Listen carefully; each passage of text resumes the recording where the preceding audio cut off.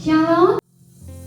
Selamat pagi Bapak Ibu Saudara sekalian, terpujilah nama Tuhan. Pagi hari ini kembali kita boleh hadir untuk berjumpa dengan Tuhan secara pribadi. Siapa yang hari ini rindu untuk mengalami perjumpaan dengan Tuhan? Amin, amin, haleluya. Mari bersama-sama kita boleh siapkan hati kita yang terbaik bagi Tuhan. Kita akan masuk di dalam doa.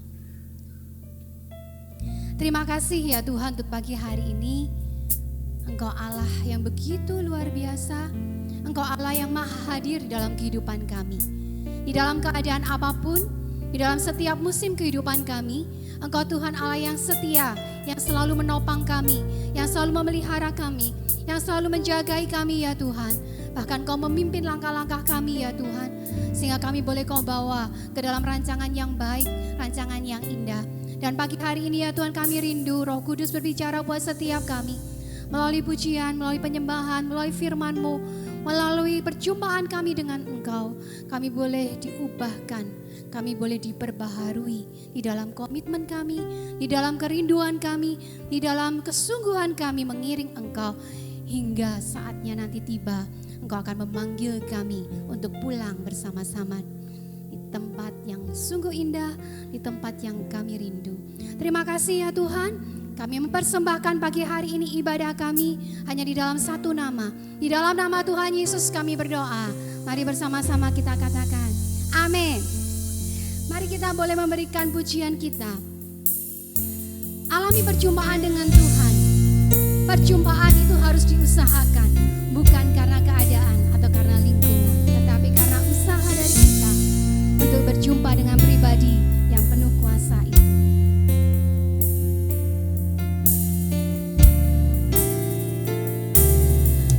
Sungguh indah tiada taranya, sungguh menakjubkan,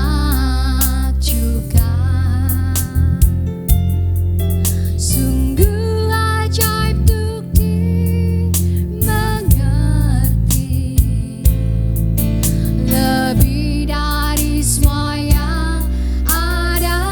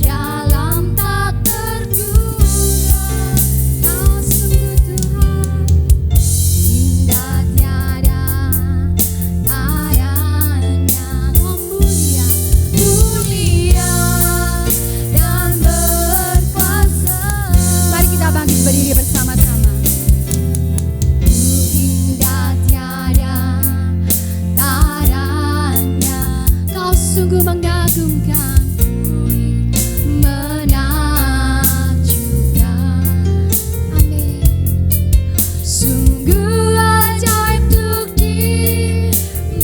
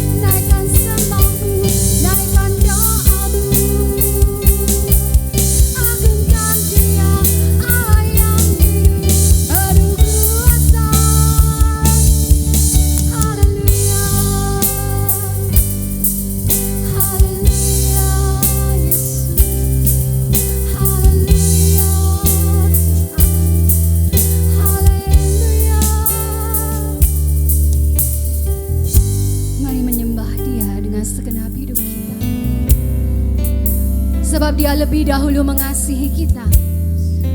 Yesus lebih dahulu melayani kita. Apa yang bisa kita beri dan persembahkan bagi Dia?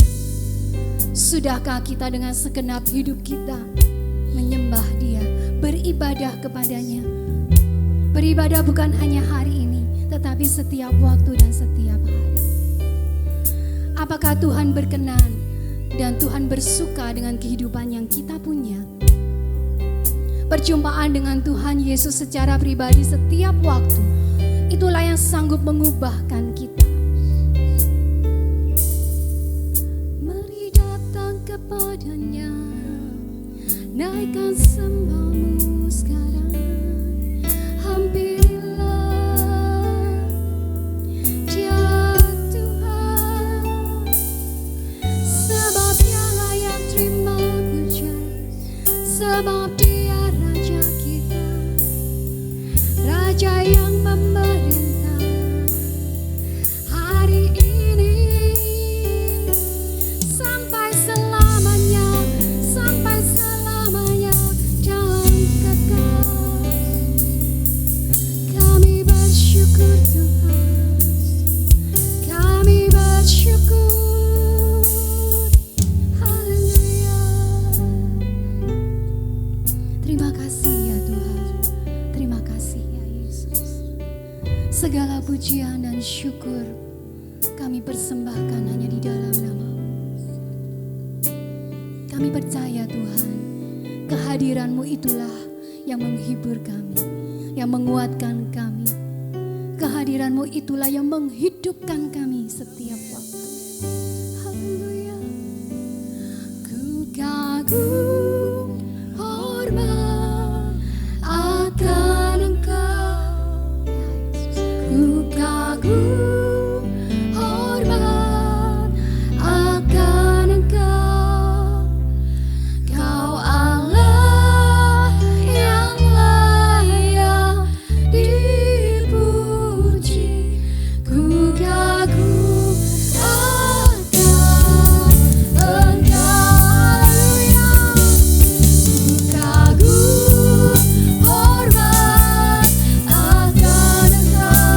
Amin. Ku kagum hormat akan Engkau. Kau Allah yang layak dipuji, ku kagum akan Engkau. Katakan ku kagum Tuhan, ku kagum akan Engkau. Sekali lagi, ku kagum akan Engkau. Mari berikan suara-suara yang terbaik bagi Tuhan. Haleluya, haleluya. Tetap berdiri. Saudara boleh beri salam satu dengan yang lain, boleh beri salam kasih. Nyanyi dan menari bagi Tuhan dengan segenap hidup kita. Kita bersorak bagi Dia. Haleluya. Biarlah Engkau bersuka Tuhan dengan pujian dan sorak-sorai kami umat-Mu. Nyanyilah, nyanyilah dan menarilah bagi Sang Raja. Nyanyilah dan menarilah bagi Sang Raja. Nyanyilah, nyanyilah dan menarilah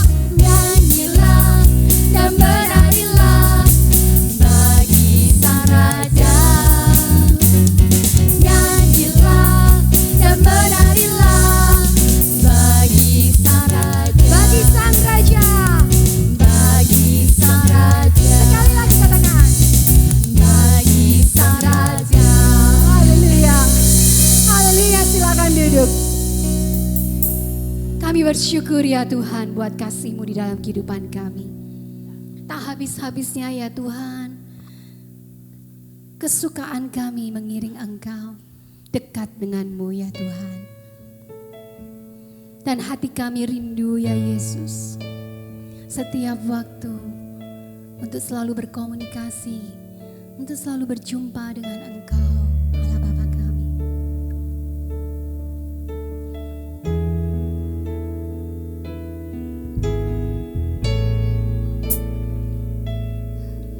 Kami bersyukur ya Tuhan,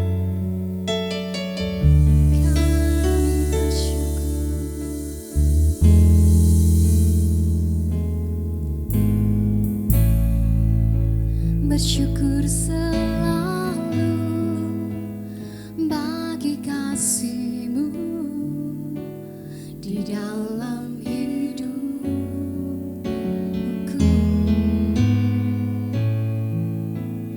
Takkan ku ragu atas rencana-Mu untuk masa depan.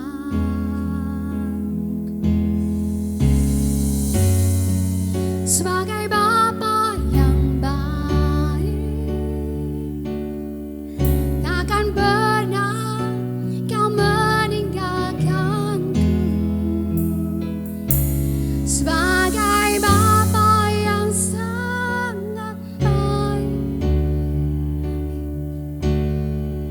takkan pernah Kau meninggalkanku. Bersama-sama katakan, ku kan menari dan bersuka karena-Mu, oh Yesusku. Dan ku kan minum air-Mu sebagai rusa rindu. Selalu ku hidup dalam-Mu dan hidup-Mu di dalamku, oh Yesusku. Kau sangat ku cinta. Mari bersama-sama dengan segenap hati kita naikkan syukur-Mu buat cintanya. Bersyukur selalu bagi kasih-Mu di dalam hidupku.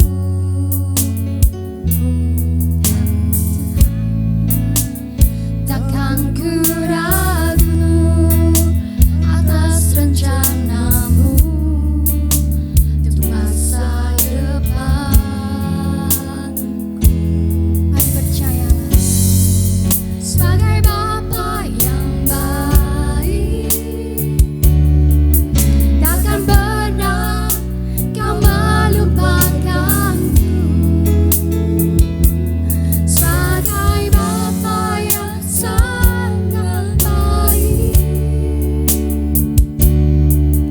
takkan pernah Kau meninggalkanku. Ku kan menari dan bersuka karena-Mu, oh Yesusku. Dan ku kan minum air-Mu bagai rusa rindu. Selalu ku hidup dalam-Mu dan hidup-Mu di dalamku, oh Yesusku. Mari bagi berdiri bersama katakan, ku kan menari dan bersuka karena-Mu, oh Yesusku. Dan ku kan minum air-Mu bagai rusa rindu. Selalu ku hidup dalam-Mu dan hidup-Mu di dalamku, oh Yesus. Kau sangat ku cinta. Saudara, satu kekayaan yang kita punya yang tidak akan pernah lenyap. Satu harta yang paling berharga yang tidak akan pernah hilang. Harta yang kekal dan abadi hanyalah pribadi Yesus. Kekayaan dunia akan bisa lenyap, kekasih di dalam kehidupan kita akan bisa pergi dan berlalu dalam hidup kita. Hanya satu pribadi yang selalu ada dan melekat di dalam kita di saat kita juga melekat kepadanya, hanyalah pribadi Yesus. Mari bersyukur dan jangan pernah jauh daripadanya, jangan pernah pergi dari hadapannya. Bersyukur selalu bagi kasih-Mu di dalam hidupku,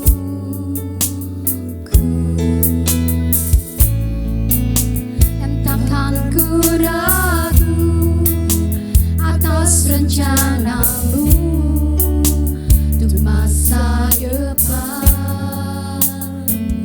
Sebab Engkau Bapa, sebagai Bapa yang baik, takkan pernah Kau melupakanku. Sebagai Bapa yang sangat baik, hanya Tuhan, takkan pernah Kau meninggalkanku. Ku kan menari dan bersuka padamu, oh Yesusku, dan ku kan minum air-Mu bagai rusa rindu. Selalu ku hidup dalam-Mu dan hidupku di dalam-Mu, oh Yesus. Lagi katakan, ku kan menari dan bersuka padamu, oh Yesusku, dan ku kan minum air-Mu bagai rusa rindu. Selalu ku hidup dalam-Mu dan hidupmu di dalamku, oh Yesus. Sekali lagi saudara katakan, ku kan menari dan bersuka padamu, oh Yesusku, dan ku kan minum air bagai rusa rindu. Selalu ku hidup dalam-Mu dan hidupmu di dalamku, oh Yesusku. Kau sangat ku cinta. Ibu Gembala akan memimpin kita di dalam doa. Kau sangat ku cinta, Yesus. Seperti air yang segar dan mengalir di tengah-tengah kami saat ini Tuhan. Seperti rusa yang rindu akan air yang segar. Demikianlah jiwa kami, dan kami datang untuk minum air-Mu.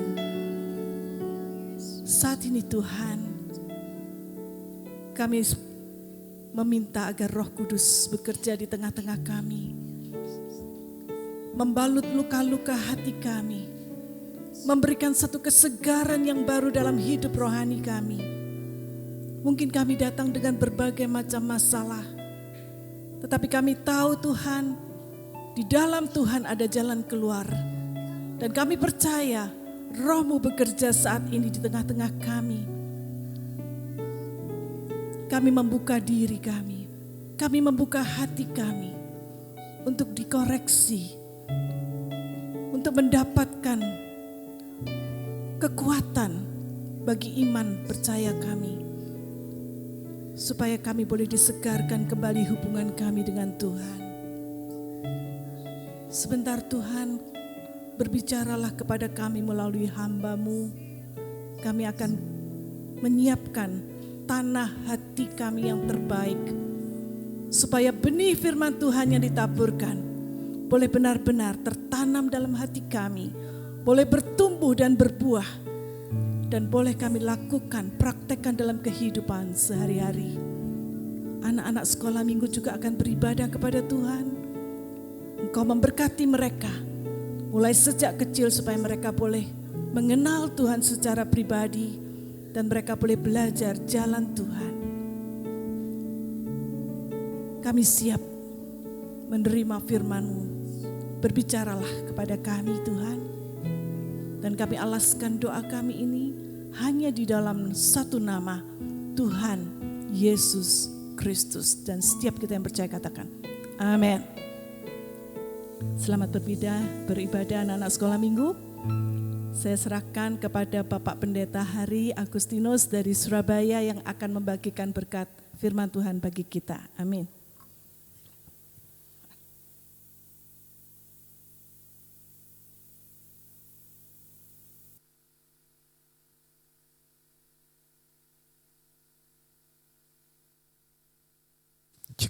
Shalom Bapak Ibu, selamat pagi semuanya.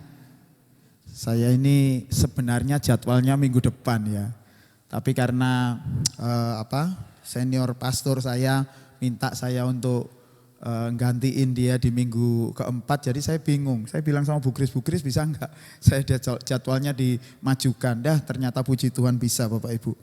Gitu. Itu pun nanti saya mesti harus mohon izin kepada Bapak Ibu karena saya nggak bisa fellowship. Biasanya kan setelah itu kita banyak guyon ya. Karena kan saya ini menganggap ini kayak keluarga saya Bapak Ibu. Jemaat GBTEK ini kayak keluarga saya sendiri. Jadi saya nggak mau pulang duluan sebenarnya.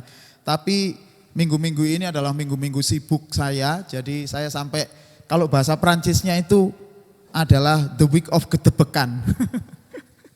Aduh kayak nggak bisa nafas saya kayaknya Bapak Ibu. Kemarin Sabtu aja mulai pagi sampai malam sampai saya ini jujur aja ya gini.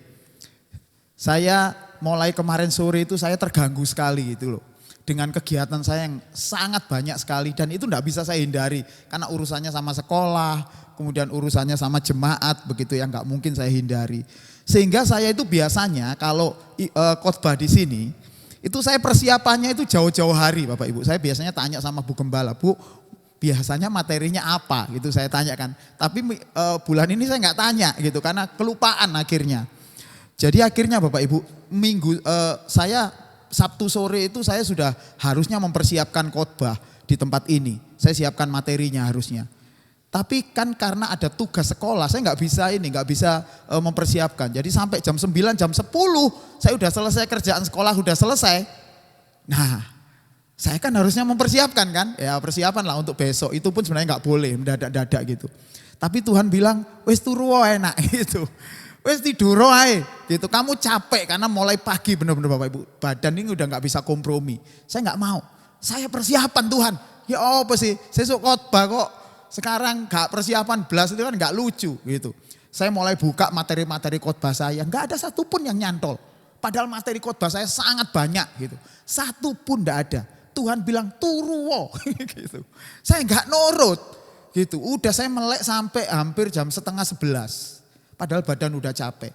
Ya udahlah, saya tidur, saya nanti mau bangun jam 2. Wis turu sedilu bangun jam 2 mempersiapkan. Gitu. Setelah itu saya bangun jam 2 beneran. Biasanya kan gitu, kalau kita janji itu, aku jam loro tangi, bangun beneran. Bapak-bapak yang biasanya nonton bola kan tahu ya. Ada bola jam 1:30 itu, kita jam 9 udah tidur, bener-bener 1:30 itu bisa bangun loh Bapak Ibu. Itu luar biasanya bapak-bapak yang suka bola itu. Nah saya bangun beneran, saya buka laptop. Gitu, buka laptop. Saya cari materi khotbah mulai zaman saya kuliah sampai sekarang. Satu pun gak ono sing nyantol. Iki khotbah apa aku sesuk Tuhan gitu.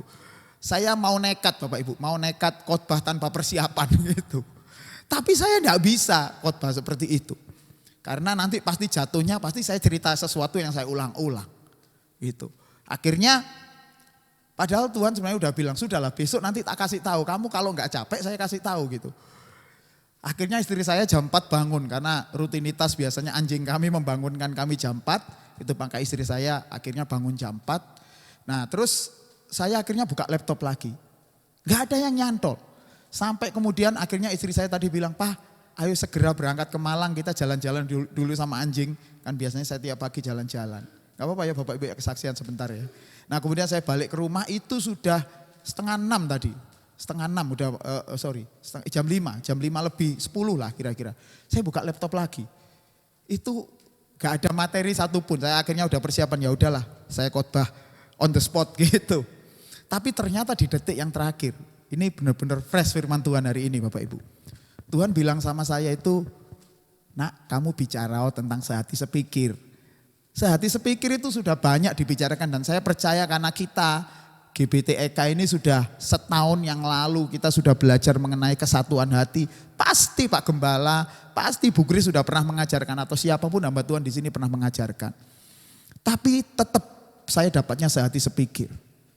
Nah, akhirnya saya buka ayat itu Bapak Ibu. Dan ketika saya buka, saya baru terkejut. Ternyata pesan firman Tuhan yang saya pikir cuman biasa-biasa saja.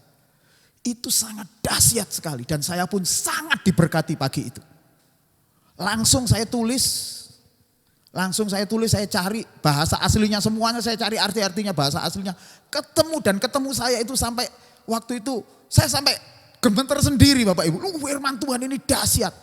Sesuatu yang tidak pernah saya bongkar selama ini ketika saya lihat firman Tuhan itu isinya itu luar biasa dan hari ini saya percaya. Ini cara Tuhan untuk mengingatkan kita semuanya tentang satu firman Tuhan bagian yang penting ini.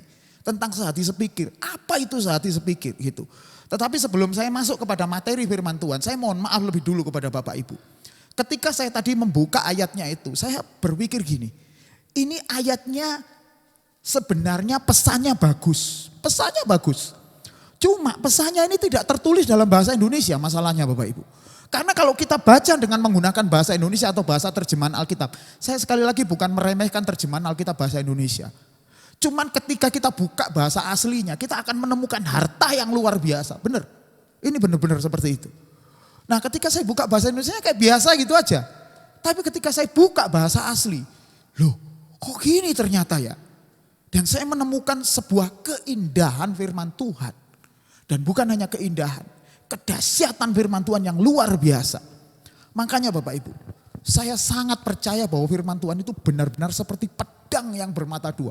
Pedang itu bisa membelah sesuatu dan ini benar. Gitu. Nanti kita akan lihat ya, kita akan lihat. Ketika saya baca bahasa Indonesianya biasa, tapi ketika saya bongkar satu perkata dalam bahasa Yunani, bahasa aslinya. Wih, dahsyat. Dan mohon maaf, pagi ini, siang ini saya terpaksa Bapak Ibu, saya terpaksa menggunakan bahasa Yunani ya untuk membongkar firman Tuhannya. Tapi bukan berarti bahasa Yunani terus. Sekali lagi saya bukan sok Yunani, iso bahasa asli pendeta itu gaya. Enggak sama sekali bukan gitu. Tapi saya ingin menunjukkan kepada Bapak Ibu dahsyatnya firman Tuhan. Orang kalau memperhatikan firman Tuhan secara luar biasa, itu benar-benar firman Tuhan itu benar-benar bisa kita hidupi dengan cara yang mudah sebenarnya. Tapi banyak orang kesulitan. Contoh saja kata ya, sehati sepikir itu kan susah kita lakukan. Bagaimana mungkin orang bisa sehati sepikir? Wong di rumah tangga aja, suami sama istri sok gegeran. Seperti Lesti Kejora dan Rizky Beliat. Sekarang itu lagi viral. Padahal mereka dulu itu membangun rumah tangganya luar biasa, gegeran. Akhirnya KDRT itu. Itu kok gak bisa sehati sepikir Pak. Itu. Jangankan seperti itu Bapak Ibu bisa perhatikan rumah tangga dimanapun. Untuk bisa sehati sepikir itu setengah mati ya ngeli. Gini apa mboten? Itu. Pasti susah. Tapi ternyata selama ini bukannya susah Bapak Ibu. Cara berpikir kita yang sebenarnya keliru selama ini. Karena sehati sepikir itu dipikir itu cuma satu kata. Sepakat dengan satu kata. Satu merah ya KB merah KB kayak seragam hari ini. Yang merah-merah itu berarti kita pelayan Tuhan, dress code. Yang lain-lain hamba Tuhan. Podo ae. Itu ya. Jadi bukan berarti satu kata, merah semuanya, kuning semuanya. Kenapa saya jadi bilang politik ya? Satu PDI, satu Golkar gitu. Biru semuanya, hijau semuanya. Enggak seperti itu ternyata Bapak Ibu.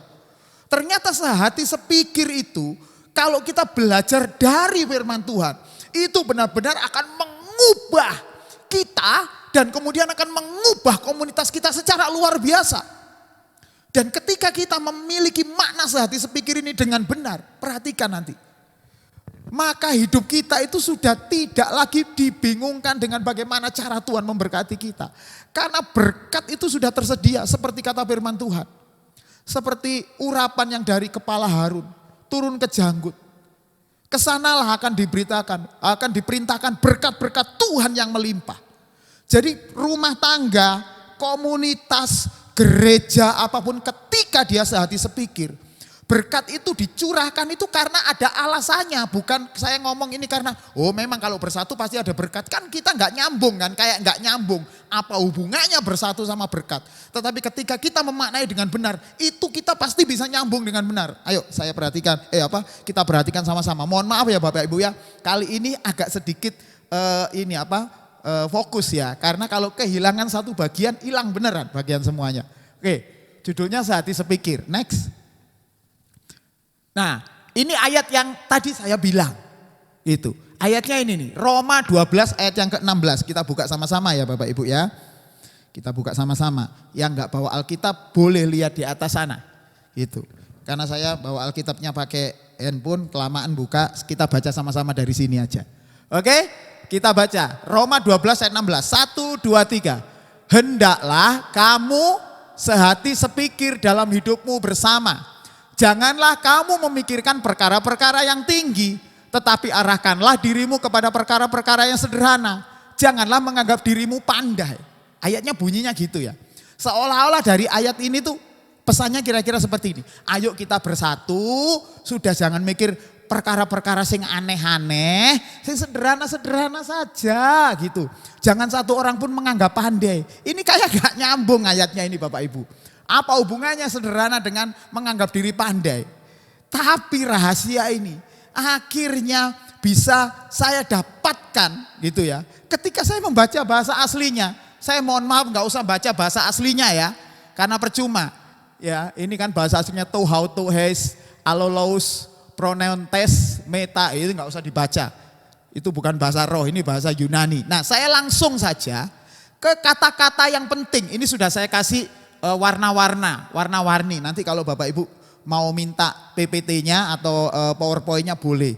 Nanti di komputer gereja sudah dimasukkan di sana. Langsung saja kita lihat kata per kata. Ini baru kita akan menemukan harta yang luar biasa. Next. Nah, ini masih saya copy di sini. Kata yang pertama yang penting itu adalah haluleos. Ini kata haluleos itu di sini. Ya. Kata haluleos itu artinya itu dahsyat Bapak Ibu. Luar biasa, yaitu apa? Keadaan yang saling sejajar. Sama posisinya. Posisinya sama, ya. Keadaannya sama. Nah, saling itu berarti ada saling tukar pikiran, tukar sesuatu. Bukan hanya satu pihak, tapi masing-masing bisa tukar sesuatu. Ini bisa terjadi kalau dua pihak itu berdiri sejajar. Kalau satu pihak ada di atas, satu pihak ada di bawah, enggak bisa terjadi pertukaran. Yang terjadi justru yang pihak atas banyak memberi, yang bawah pihak yang menerima. Atau kalau dalam bahasa konfliknya, kalau ada konflik, pihak yang atas akan mendirect, akan memerintahkan, yang bawah harus terima. Ini loh yang terjadi ketika sebuah komunitas, gereja atau keluarga tidak merasa saling memberi, saling memberikan kebahagiaan. Hanya satu pihak saja, itu berbahaya. Begitu. Artinya Bapak Ibu, ya, ketika kita berada di sebuah komunitas kita, entah itu pernikahan, yang perlu kita ketahui bersama antara suami dan istri di mata Tuhan itu sejajar.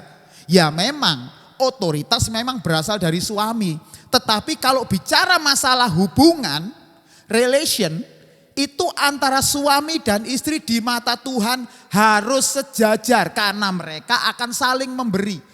Pernikahan di dalam kekristenan itu tidak boleh, dengarkan, saya ulangi sekali lagi, tidak boleh saling menuntut kebahagiaan.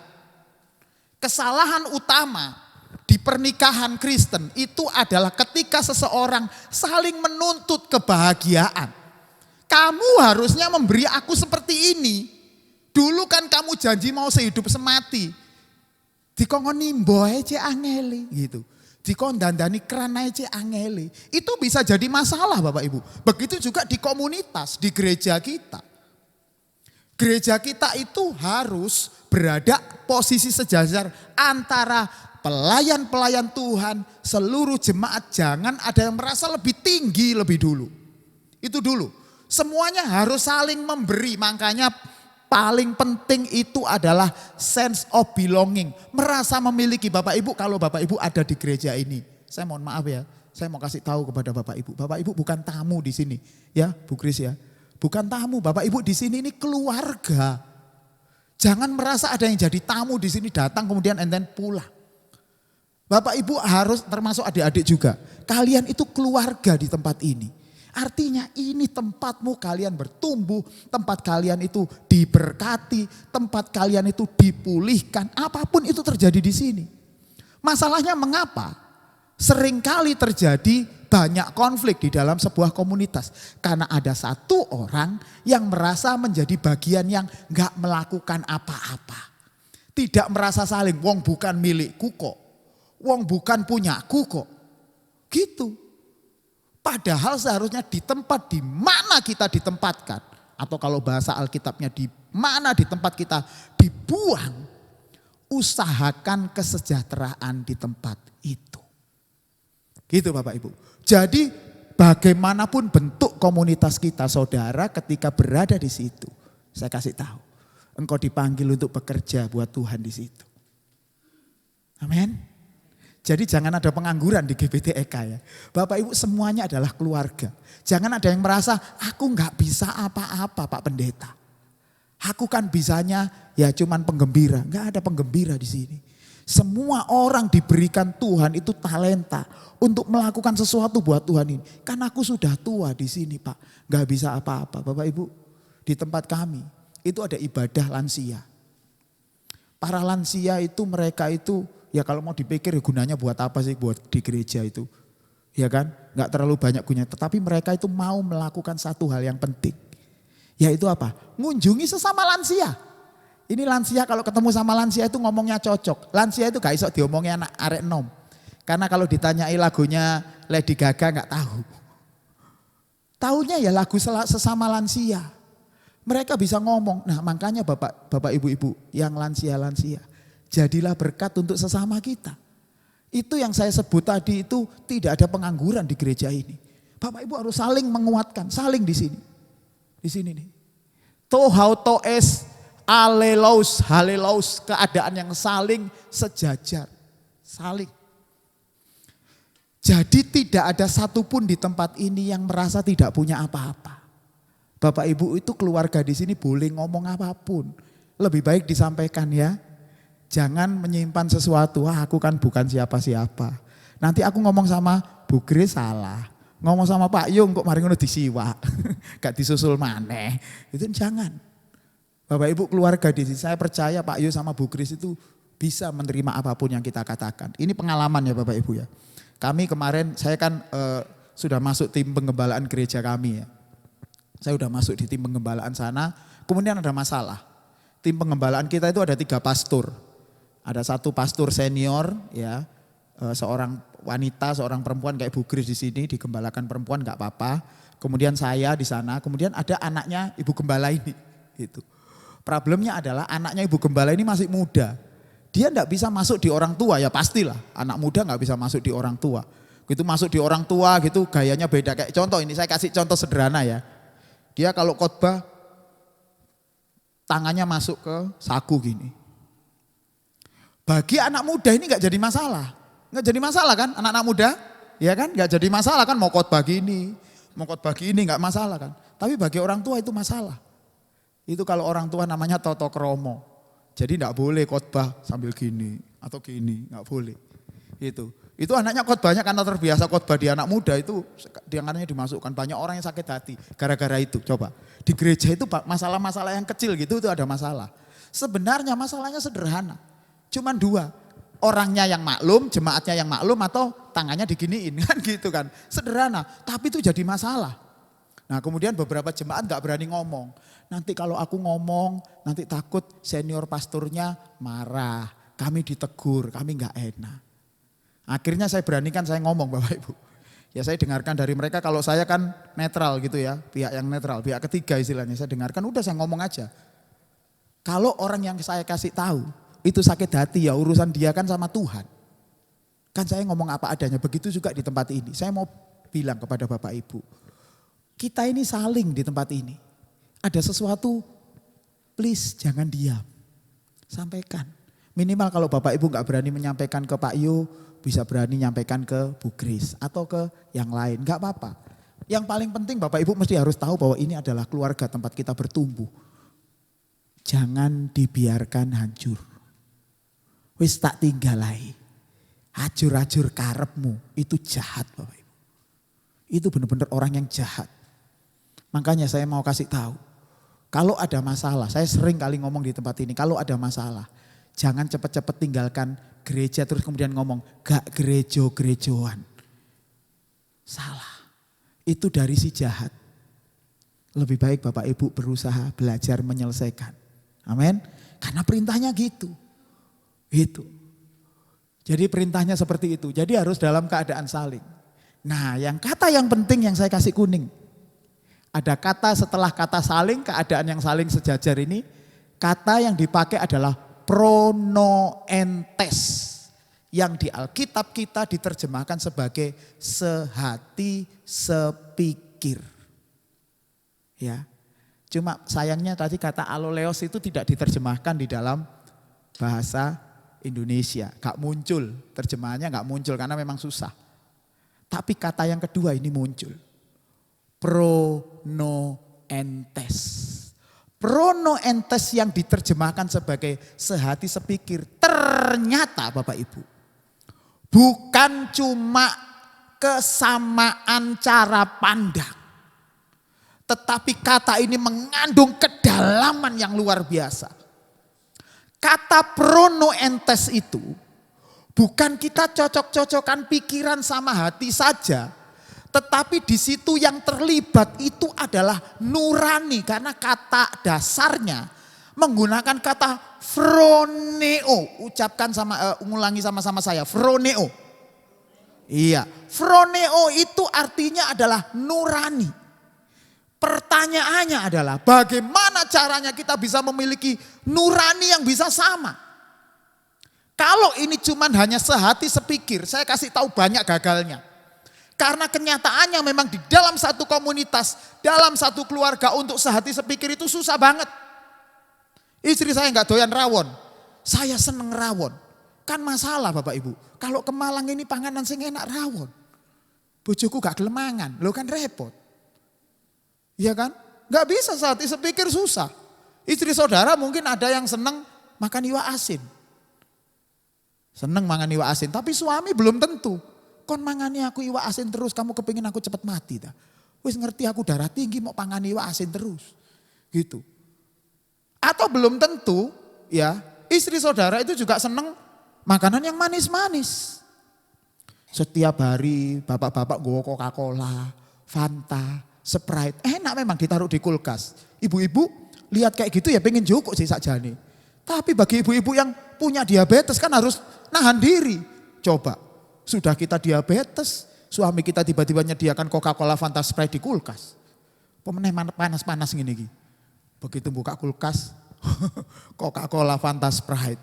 Pengen ngambil kan, tapi kan gak boleh diabetes, tapi ya terpaksa ngambil, pengen. Gitu. Lama-lama ketika kita periksa di rumah sakit, diabetesnya 300. Ayo kon yo. Kita ngomong sama suami, Pak kon pengen mateni aku, terus kawin maneh ta? Mau sediani Coca-Cola, Fanta, Sprite terus. Untuk sehati sepikir susah. Nah cara untuk bisa sehati sepikir, maka kita harus memiliki froneo lebih dulu. Untuk bisa sehati sepikir, untuk bisa sampai sehati sepikir. Saudara mesti memiliki nurani yang sama lebih dulu. Gimana caranya untuk memiliki nurani yang sama? Ini yang penting Bapak Ibu. Ini yang penting yang mau saya kupas lebih dalam. Begini, ketika Bapak Ibu percaya kepada Tuhan Yesus. Ketika kita itu mengambil keputusan menjadi orang Kristen. Nek wong Jawa ngarani Kristen. Nek wong Kupang ngarani Kristen. Itu ya. Ketika kita mengambil keputusan itu, maka yang Tuhan lakukan adalah, yang Tuhan lakukan, perhatikan ini penting. Tuhan mengubah nurani kita. Kita sudah diselamatkan, sudah. Kita diselamatkan oleh karena percaya, beriman kepada Tuhan Yesus. Itu ya. Enggak apa-apa Bapak Ibu. Anggap aja itu suara dari surga yang menggelegar. Ya, kita diselamatkan oleh iman, tetapi karakter kita, kelakuan kita, model hidup kita itulah yang sedang didandani oleh Tuhan. Supaya semakin lama kita bisa semakin serupa dengan Kristus. Filipi 2 ayat yang kelima berkata, hendaklah dalam hidupmu bersama memiliki pikiran dan perasaan seperti yang terdapat di dalam Tuhan Yesus Kristus. Itu kata Filipi 2 ayat yang kelima. Kata pikiran dan perasaan itu menggunakan kata yang sama dengan kata pronoentes ini, yaitu proneo. Nah, supaya kita semuanya memiliki nurani yang sama, maka ukurannya adalah kita harus memiliki nurani seperti Tuhan Yesus. Caranya gimana? Caranya kita setiap hari harus bersedia diubah oleh Tuhan untuk semakin serupa dengan Kristus. Dan proses mengubah itu, proses perubahan itulah yang harus kita taati dengan setia setiap hari. Gitu. Tuhan mengubah sampean semuanya itu. Sekali lagi ya, saya ulangi lagi karena saya sering sekali ngomong di sini. Itu dengan dua cara. Yang pertama, kita diajar untuk mendengar firman. Makanya ketika kita hari Minggu seperti ini, jangan pernah meninggalkan persekutuan-persekutuan ibadah kita. Seperti yang pernah dikhotbahkan oleh Pak Yu. Saya tahu karena nonton videonya. Jangan pernah meninggalkan persekutuan-persekutuan ibadah kita. Karena apa? Ketika kita beribadah ini kita diisi oleh firman. Firman itu ketika masuk di dalam hidup kita itu menjadi semacam manual book. Buku petunjuk. Supaya ketika kita menghadapi permasalahan kita tahu apa yang harus kita lakukan. Tapi wong Indonesia ini kebanyakan gak moco manual book. Saudara kalau beli kipas angin, beli kulkas, beli TV, emang baca manual booknya gitu baru pakai? Enggak. Beli handphone, itu handphone sing digawe, baru nek engko ana sing rusak baru dibuka manual booknya kan, goleki. Itu kebiasaan orang Indonesia. Tapi kebiasaan di dalam kerajaan Allah tidak boleh seperti itu Bapak Ibu. Kita harus membaca firman Tuhannya lebih dulu. Kita harus mengisi hidup kita dengan firman Tuhan. Iya, kenapa? Supaya kita tahu model kebaikan seperti apa yang diinginkan Tuhan. Karena belum tentu kalau kita melakukan hal yang baik, ya sama seperti orang-orang lain yang tidak percaya Yesus, mereka kan juga melakukan hal yang baik. Terus beda kita dengan mereka apa kan? Ya kalau orang-orang yang lain itu melakukan sesuatu yang baik itu kan ada tujuannya. Nyumbang ke sana kemari ada tujuannya, minimal mereka ingin masuk surga. Tapi kan kita tidak Bapak Ibu. Kita melakukan hal yang baik itu, kita mengerjakan hal yang baik. Soalnya kita sudah nature-nya seperti itu. Sampai nanti kita benar-benar memiliki cara pandang yang benar tentang Tuhan melalui firman. Baru nanti kita akan bisa mengerti apa yang harus kita lakukan. Nah bersamaan dengan firman Tuhan yang kita dengar itu, ada satu hal yang penting. Yaitu Tuhan mengajar kita lewat masalah di dalam kehidupan kita. Lewat persoalan dalam hidup kita. Lewat pergumulan di dalam hidup kita. Ketika kita diizinkan untuk disakiti hati orang. Firman Tuhan minggu yang lalu oleh Bu Gembala bilang, kita belajar ngampuni yuk. Gitu kan. Itu adalah cara Tuhan supaya dandani kita. Karena kita dulu orangnya gak mudah mengampuni. Gak mudah Bapak Ibu. Sakit hati yo. Ngampuni gak mudah. Karena ini keluarga ya. Saya mau kesaksian sedikit. Buat Bapak Ibu. Ini kejadiannya baru kemarin Bapak Ibu kami terima. Sebenarnya bukan kemarin sih, udah lama. Entah saya ini yang bodoh atau kami ini yang terlalu baik, nggak ngerti saya dan istri saya ini. Tiba-tiba nama kami itu dipinjam sama teman kami untuk kredit mobil. Dipinjam karena ini adalah seorang hamba Tuhan, maka kita izinkan. Ya wis enggak apa-apa lah. Kita pembantu dia, maksudnya ngono. Bulan pertama bayar, kedua bayar, 3, 8 bayar, 9 blong. 10 gak bayar, terus sampai sekarang cicilan yang ke-16 orang bayar. Akhirnya terakhir kami harus bayar 2 bulan pakai uang kami.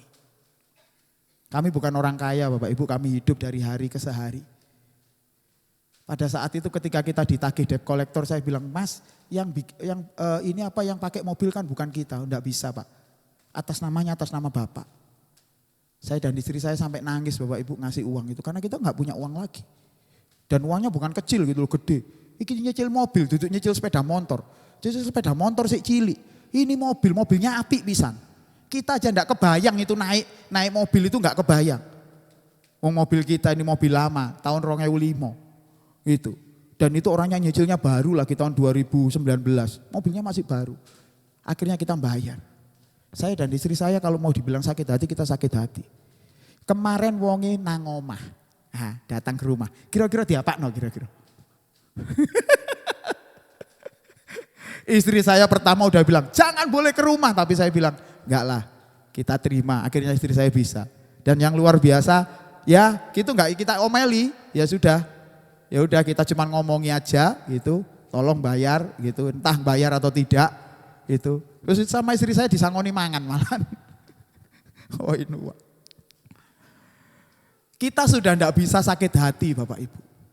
Udah enggak bisa, karena sudah terlalu lama Tuhan didik kita banyak supaya kita ngampuni. Dan akhirnya kita sudah bisa melaluinya. Saya cuma mau bilang kepada Bapak Ibu, masalah yang kita alami setiap hari itu cuma cara Tuhan untuk mendewasakan Bapak Ibu loh. Benar. Makanya jangan gampang sakit hati karena firman Tuhan bilang mengampuni kan. Ngampuni itu enak enggak? Enggak. Susah betul. Betul Oma. Susah mengampuni itu. Tapi masalahnya firman Tuhan ngajar untuk kita ngampuni. Ngampuni itu yang seperti Oma bilang tadi susah betul. Bukan hanya susah, tapi kita bisa menderita gara-gara ngampuni. Gara-gara terlalu baik itu kita bisa menderita. Tapi masalahnya apa? Membuat kita berhenti berbuat baik. Enggak boleh. Tapi jangan kemudian terus jadi goblok kayak kami. Sekarang kita udah belajar rojok disilih nama itu untuk pinjaman untuk orang lain kredit gitu. Walaupun itu orang sebaik apapun. Kita belajar barusan. Kalau Bapak Ibu mungkin udah pernah ya belajar. Tapi kami belum. Ini sekarang waktunya kami belajar. Jadi Bapak Ibu, ketika kita ngalami masalah, yang masuk di sini, yang keluar dari kepala kita waktu itu firman Tuhan. Begitu juga dengan anak-anak muda. Saya selalu ngomong sama anak-anak muda, permasalahannya anak-anak muda ini sebenarnya sederhana. Apa sih sebenarnya permasalahannya? Kita gampang ditipu sama iblis. Anak muda, orang-orang muda itu gampang sekali ditipu sama iblis. Dikira sesuatu yang keren itu pasti nggak ada masalah. Contoh ya, di Surabaya ini senengane mesu. Ngomong titik mesti sak mesui. Ya opo kabare? Wah gitu. Saya nggak berani mesu di sini, masuk khotbah mesu. Titik mesu dan orang muda bilang itu keren gitu loh. Nyeluk jenenge sak mesui. Saya kemarin itu beli di Mixu. Saudara tahu Mixu ya, es krim itu loh. Itu banyak anak muda seneng kan. Itu tapi kalau bapak-bapak ibu-ibu jangan sering-sering makan misu ya. Enak sih memang murah. Manis sih tapi itu bukan bahaya buat yang tua-tua kayak kita ini. Ada anak-anak muda kumpul di situ loh. Mereka cerita loh ngomong-ngomong kenapa harus ada misuhnya. Ngomong-ngomong biasa itu loh. Mesti anak misuh loh heran saya. Dan itu dikira biasa, saya mau kasih tahu itu tipu muslihat iblis. Supaya membuat kita, omongan kita, perkataan kita ini kan harusnya perkataan yang menjadi berkat untuk orang lain kan Bapak Ibu. Supaya perkataan kita itu enggak jadi berkat sehingga kayak biasa gitu. Belum lagi hal-hal yang lain gitu. Jadi bahaya ya tipu muslihat iblis. Makanya kenapa supaya kita tahu itu tipu muslihat atau tidak. Anak-anak muda, orang-orang muda, SMP, SMA, kuliah dan yang belum menikah. Yang masih kerja belum menikah. Kuncinya cuma satu, dengerin firman Tuhan yang benar. Supaya kita bisa tahu ini mana tipu muslihat, mana yang bukan. Kalau enggak tahu kita. Kayak biasa saja gitu loh. Oh Pak, misuh enggak apa-apa Pak. Kan itu bahasa keakraban. Sing ngomong sopo bahasa keakraban. Coba kalau memang itu bahasa keakraban, enggak ada masalah. Bapak Ibu doa ambek misuh. Haleluya. Kan bahasa keakraban kan? Harusnya kita akrab sama Tuhan. Haleluya Tuhan aku mengasihimu. Gitu. Coba iso enggak kira-kira? Enggak bisa kan? Berarti bukan bahasa keakraban. Jadi jangan ditipu sama iblis, itu cara iblis menipu Bapak. Ya. Jadi yang Tuhan benerin dulu itu nuraninya Bapak Ibu semua. Kalau setiap orang di keluarga suami istri ini nuraninya itu bisa dibenerin semakin lama semakin serupa dengan Tuhan Yesus. Gampang gak sehati sepikir? Gampang.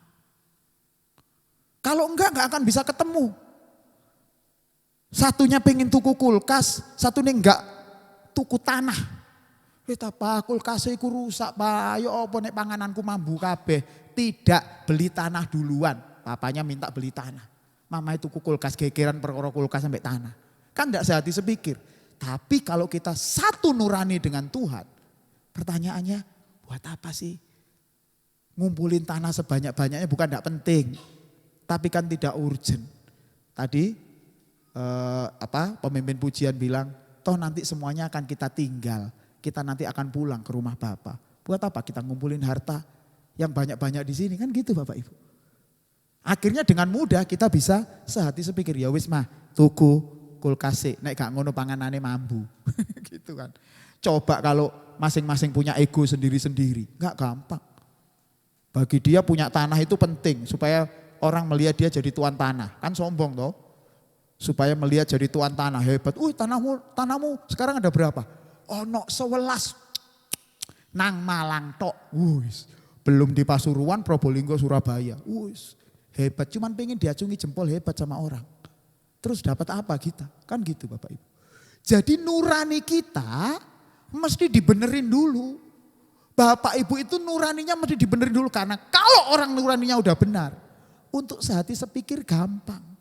Perhatikan. Konflik-konflik masalah yang sering terjadi di gereja ataupun di rumah tangga. Pasti ada satu orang yang ego bukan? Pasti ada satu orang atau dua-duanya ego bisa jadi. Karena masing-masing tidak memiliki froneo yang benar dulu. Froneonya enggak diperbaiki dulu. Enggak bisa. Gitu. Lanjut ya, supaya kita enggak lama di sini. Oke. Nah, kata yang selanjutnya adalah hupsela, ini hupsela Bapak Ibu. Hupsela ini, hupsela. Apa hupsela itu? Hupsela itu artinya merasa paling tinggi. Merasa paling hebat. Tadi ini sebenarnya sudah dijelaskan di awal di kata aloleos. Aloleos itu artinya seseorang itu harus saling memberi dan posisinya sejajar. Yang tidak boleh itu adalah hupsela, maka ada kata metahupsela. Jangan kamu merasa paling tinggi. Paling tinggi di hal apa itu? Ada hal yang menarik di sini. Kata kuning ini, perhatikan ya Bapak Ibu. Kata ini bacanya itu pronoentes. Dan kata itu sama dengan yang kita tadi bahas. Artinya, di dalam komunitas kita di gereja ataupun di rumah tangga, jangan merasa ada yang lebih tinggi secara nurani. Kan ada orang yang merasa dia paling ngerti firman Tuhan. Paling tahu alamat ayat-ayat. Dan akhirnya membuat dia sombong. Paling susah itu mendamaikan pendeta gegeran Bapak Ibu. Percayalah. Saya ini wakil Ketua Asosiasi Pendeta Indonesia Cabang Surabaya. DPC Surabaya. Nek wis mendamaikan pendeta gegeran itu setengah mati. Karena mereka saling perang ayat.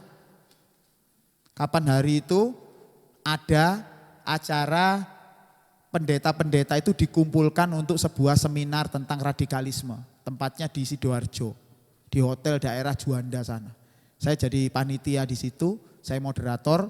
Udah Acara berlangsung, kan tengah-tengah acara itu biasanya ada rehat kopi ya, ada break gitu ya, supaya minum kopi dan makan roti gitu.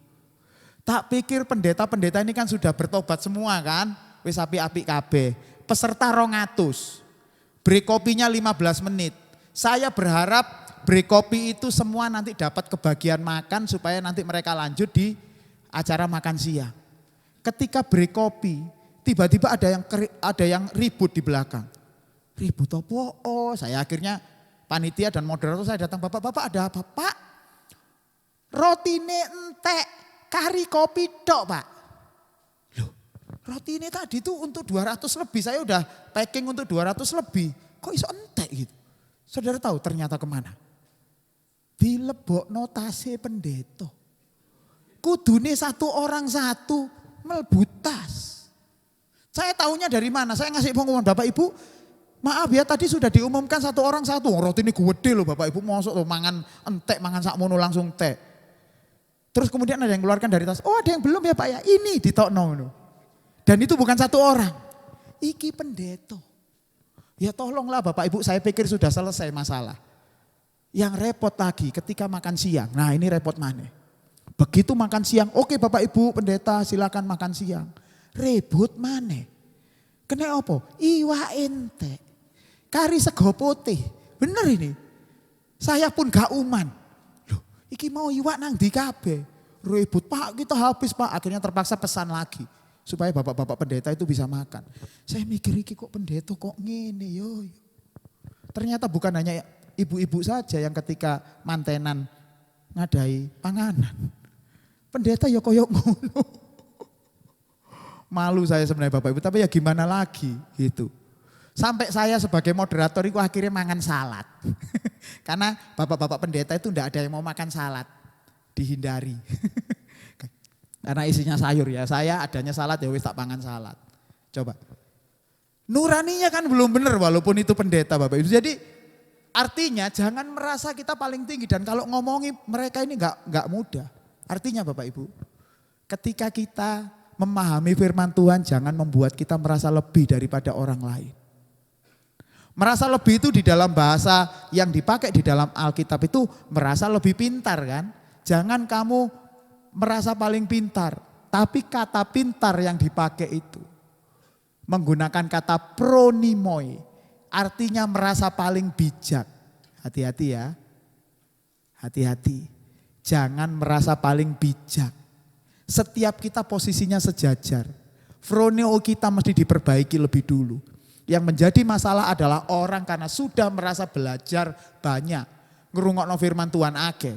Dan kita menjadi sombong dan menjelekkan orang-orang yang lain yang tidak pernah mendengari. Bapak Ibu, Bu Kris sama Pak Yoni saksi hidup. Saya dulu tuh suka debat-debatan ya Bu ya. Di mana-mana di Malang itu debat-debatan, di mana-mana itu ngelawan orang, banyak orang. Seneng debat-debatan.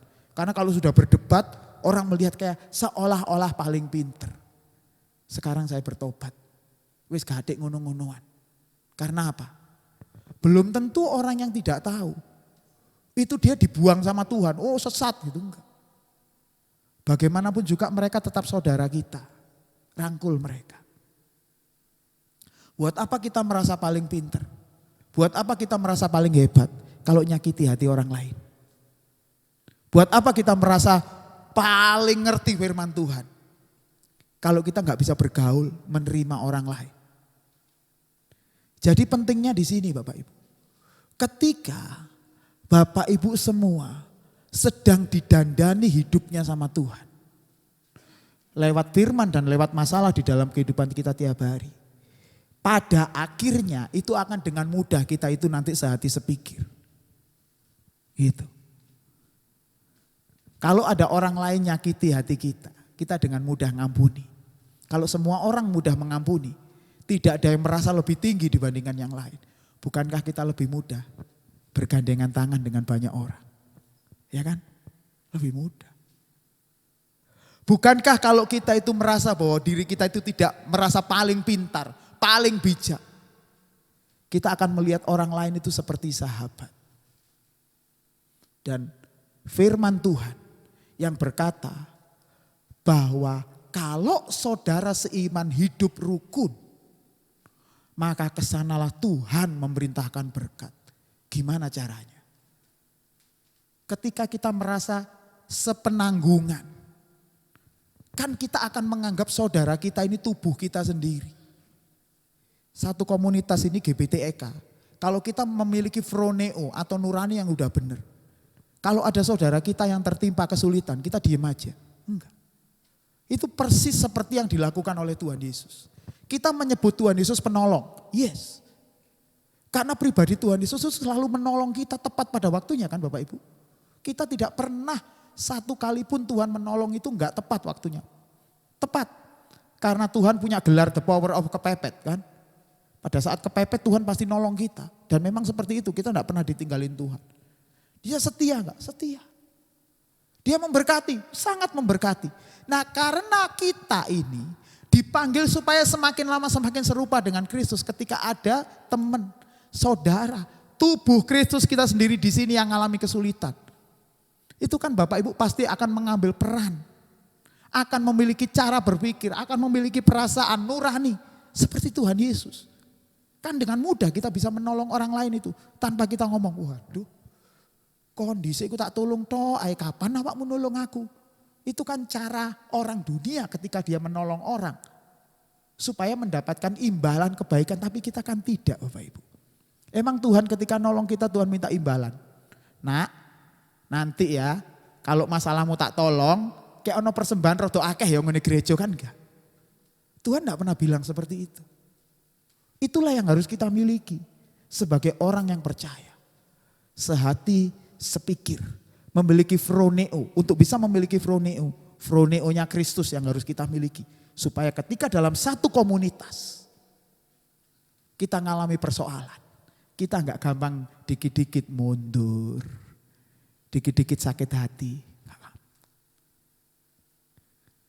Jadi Bapak Ibu, kalau kepingin Tuhan memerintahkan berkat, seperti kitab Mazmur bilang ya, hiduplah sehati sepikir. Di satu jemaat kita di tempat ini, kita bukan hanya jemaat. Saya ngomong sekarang ini Bapak Ibu, sampai sekarang saya itu, mengapa saya itu perlu kalau khotbah itu perlu persiapan. Mengapa? Termasuk ke jemaat GBTEK ini. Karena saya bukan sedang ngomong dengan jemaatnya Bu Grace, dengan jemaatnya Pak Yunda. Saya ini sedang berbicara di depan domba-dombanya Tuhan Yesus. Benar. Saya selalu menganggap seperti itu, Bapak Ibu seperti itu. Karena apa? Bapak Ibu ini anak-anaknya Tuhan. Nek saya salah ngomong, saya pasti ketika nanti pulang akan ditanya sama Tuhan, kamu kasih makan apa anak-anakku? Kan gitu. Makanya saya gak berani benar-benar, gak berani ngomong di luar firman. Gak berani. Jadi oleh karena itu Bapak Ibu, saya ngajak Bapak Ibu semuanya. Sebagai keluarga di tempat ini. Ayo belajar memiliki sehati sepikir dulu yuk. Sehati sepikirnya sama Tuhan dulu. Memiliki nurani yang benar dulu. Supaya itu nanti akan berimbas kepada kehidupan kita di tempat ini. Tidak ada orang yang merasa lebih tinggi. Tidak ada orang yang merasa lebih pintar. Kita semuanya sama di hadapan Tuhan. Saling memberi. Saling memberi kebahagiaan. Jangan saling menuntut. Rumah tangga kalau saling menuntut, sebentar lagi bubrah udah. Tapi kalau rumah tangga saling memberi kebahagiaan, itu akan bisa bertahan sampai nanti. Mari kita berdoa. Kita nyanyi satu lagu ya Mas.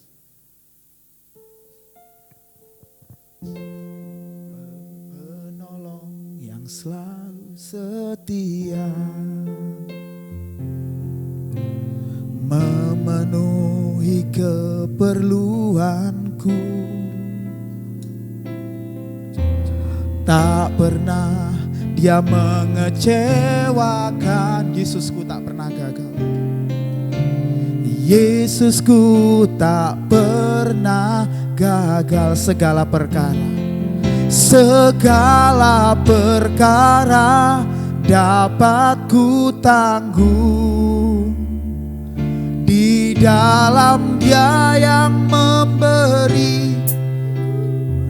Yes, katakan Tuhan Yesus penolong dan sahabat. tetap percaya Tuhan setia. Segala perkara dapat ku tanggung di dalam Dia yang memberi kekuatan. Tuhan Yesus penolong dan sahabat, tetap percaya Tuhan setia. Bapak Ibu, selamanya kalau kita mengandalkan kekuatan kita untuk sehati sepikir, gak bisa. Jalan satu-satunya cuman ngandelin Tuhan. Karena Dia yang bisa memberi kekuatan kepada kita untuk bisa memiliki phroneo, memiliki hati dan pikiran yang semakin hari semakin serupa dengan Tuhan Yesus Kristus. Andalkan Tuhan. Segala perkara dapat ku tanggung di dalam Dia yang memberi kekuatan. Tuhan Yesus penolong dan sahabat, tetap percaya Tuhan. Sekali lagi katakan, segala perkara dapat ku tanggung di dalam Dia yang memberi kekuatan. Tuhan Yesus penolong dan sahabat, tetap percaya Tuhan setia. Bapak Ibu semua, pagi ini saya mau berdoa buat Bapak Ibu yang bersedia berkata kepada Tuhan, Tuhan dandani phroneoku, dandani nuraniku Tuhan, dandani pikiran dan perasaanku, supaya bukan hanya aku bisa berubah, tetapi supaya kami bisa sehati dan sepikir di tempat ini. Dan ketika kami sehati sepikir, maka firman Tuhan berkata, kesanalah Tuhan akan memerintahkan berkat. Kalau ada orang yang mau didandani nuraninya, didandani phroneonya, saya gak minta Bapak Ibu maju ke depan, cukup di tempat duduk Bapak Ibu taruh tangan di dada. Saya mau berdoa di tempat ini. Puji Tuhan, puji Tuhan, puji Tuhan, puji Tuhan, puji Tuhan. Tuhan, Engkau melihat tangan-tangan yang ditaruh di dada mereka. Mereka sedang berkata kepadamu, Tuhan ubah kami, ubah nurani kami, phroneo kami, pikiran dan perasaan kami supaya kami semakin serupa dengan Tuhan Yesus. Dalam nama Tuhan Yesus, jamah mereka yang naruh tangan di dada mereka. Dalam nama Tuhan Yesus. Phroneo dari Tuhan mengalir dalam hidup mereka. Pertolongan dari Tuhan mengalir dalam hidup mereka. Kekuatan yang dari Tuhan, kuasa dari Tuhan, dalam nama Tuhan Yesus mengalir. Oke, Bapak Ibu boleh turunkan tangan. Segala perkara dapat ku tanggung, katakan pada Tuhan. Di dalam Dia yang memberi kekuatan. Tuhan Yesus penolong dan sahabat kita. Tuhan Yesus penolong dan sahabat, tetap percaya Tuhan. Sekali lagi, yang saat ini perlu pertolongan Tuhan, katakan segala perkara dapat kami tanggung Tuhan, karena Engkau yang memberi kekuatan. Di dalam Dia yang memberi kekuatan, katakan pada Tuhan.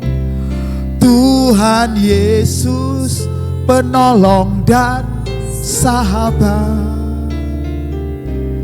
tetap percaya. Bapak Ibu, maukah kita bangkit berdiri yuk? Lebih lagi kita berkata pada Tuhan, segala boleh angkat tangan, boleh angkat wajah, lakukan buat Tuhan bukan buat saya.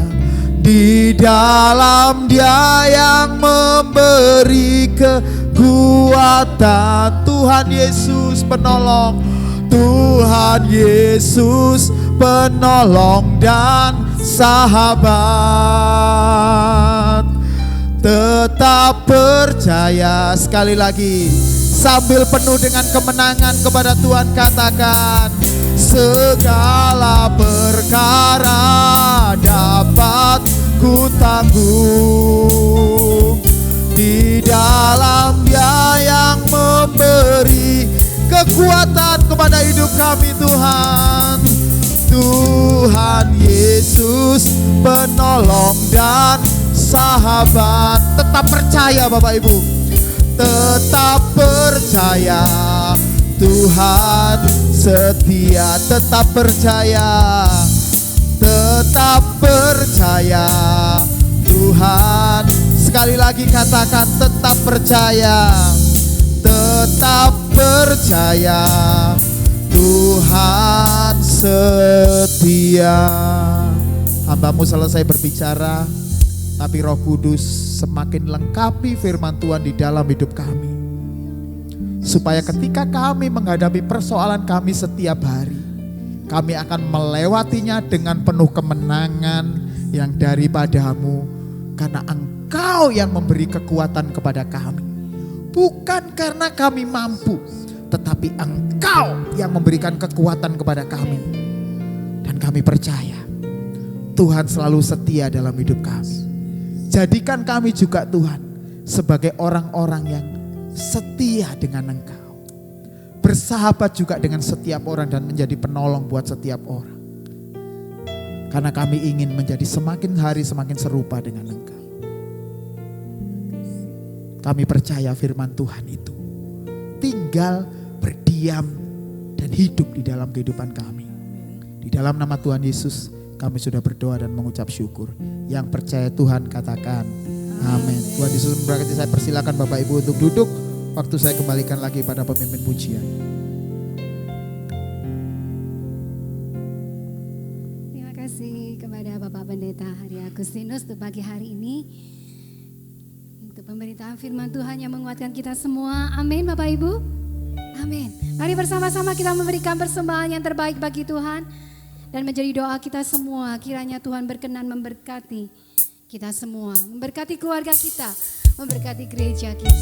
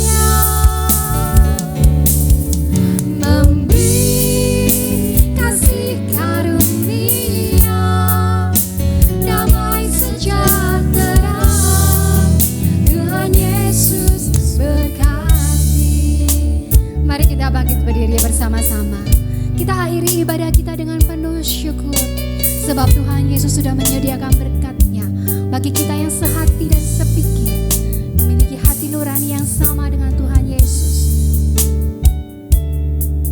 Mari kita nyanyikan bersama-sama. Kiranya Tuhan berkenan memberkati rumah keluargaku. Apa yang telah Tuhan berkati,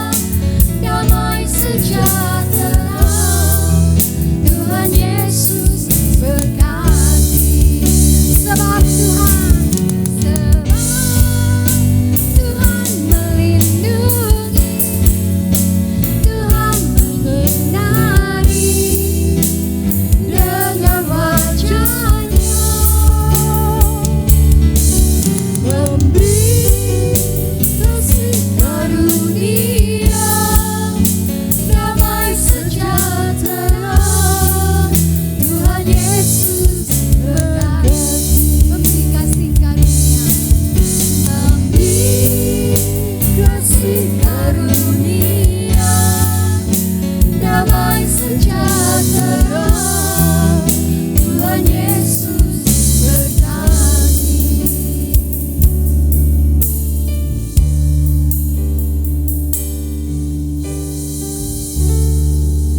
Terima kasih ya Tuhan. Berkat Tuhan melimpah dalam hidup kami saat ini. Kami boleh diingatkan kembali akan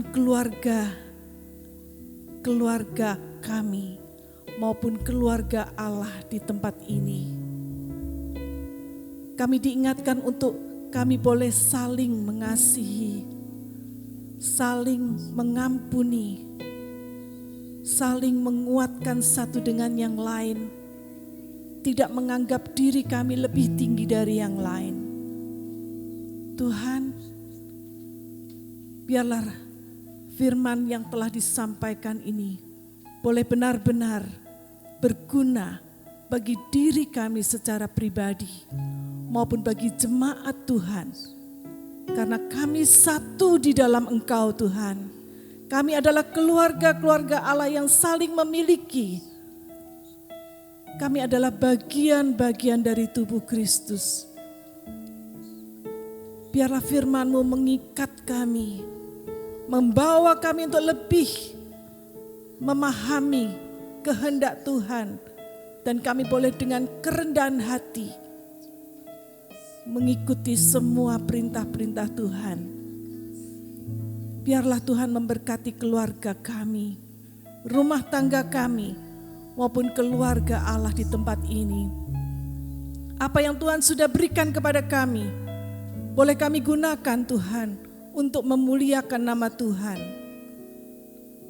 Dan biarlah setiap persembahan yang telah kami berikan kepada Tuhan boleh berguna bagi pekerjaan Tuhan, boleh berguna bagi banyak orang. Dan Engkau memberkati setiap tangan-tangan yang sudah memberikan. Biarlah hati kami diisi dengan damai dan sukacita dari Tuhan. Tuhan akan memberkati rumah tangga kami. Tuhan akan memberkati pekerjaan kami. Tuhan akan memberkati apapun yang kami kerjakan dengan tangan kami. Biarlah pikiran dan perasaan kami disatukan oleh kasih Kristus. Sehingga kami juga boleh memberikan bagi pekerjaan Tuhan, bagi pelayanan. Dan hidup kami boleh diberkati oleh Tuhan. Terima kasih Tuhan, terima kasih. Kami saat ini juga berdoa untuk saudara-saudara kami yang membutuhkan bantuan doa. Kiranya Tuhan menolong untuk Ibu Susi, untuk Bapak Kristiono, untuk saudara kami Bejen, untuk Bapak Mingming. Tuhan, apapun yang mereka sedang alami, Tuhan kami percaya Engkau turut campur. Yang sakit Tuhan sembuhkan, yang dalam masalah baik dalam rumah tangga, keuangan, apapun, kiranya Tuhan juga akan memberikan jalan keluar. Tuhan bukakan berkat-Mu Tuhan. Dan Engkau juga memberkati setiap kami yang ada di tempat ini maupun yang ada di rumah yang sedang menyaksikan melalui online. Kiranya Tuhan memberkati setiap kami, segala kebutuhan kami serahkan semua dalam tangan Tuhan. Memberkati juga hamba-Mu Bapak Hari yang sudah menyampaikan firman-Mu Tuhan. Engkau memberkati rumah tangganya, Engkau memberkati pekerjaannya, pelayanannya dimanapun dia berada. Tuhan memberkati dengan limpahnya kembali. Mari saudaraku, kita angkat tangan kita di hadapan Tuhan. Kiranya berkat dari Allah Bapa Surgawi mengalir dalam hidupmu, memberkati engkau. Tuhan menyinari wajahnya kepadamu. Dimanapun engkau berada, engkau akan menjadi berkat. Pulanglah dengan berkat damai sejahtera dari Allah Bapa Surgawi, kasih karunia dari Tuhan Yesus Kristus, dan persekutuan dengan Roh Kudus akan menyertai engkau sekarang sampai selama-lamanya. Dalam nama Yesus, Immanuel.